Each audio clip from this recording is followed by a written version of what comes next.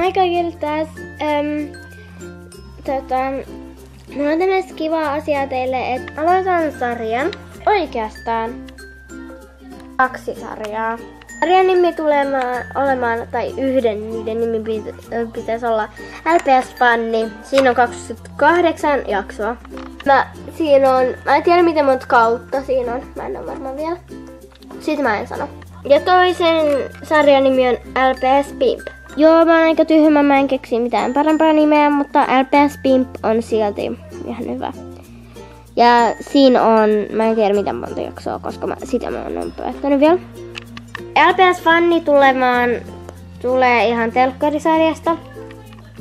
Oikeastaan ruotsinkielisestä TV-sarjasta. Ja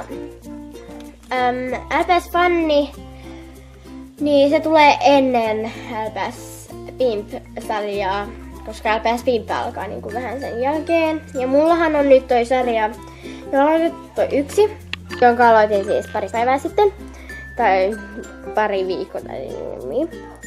Mut mä oon editoinut vasta 2 jaksoa ja mä oon kuvannut vasta 2 jaksoa.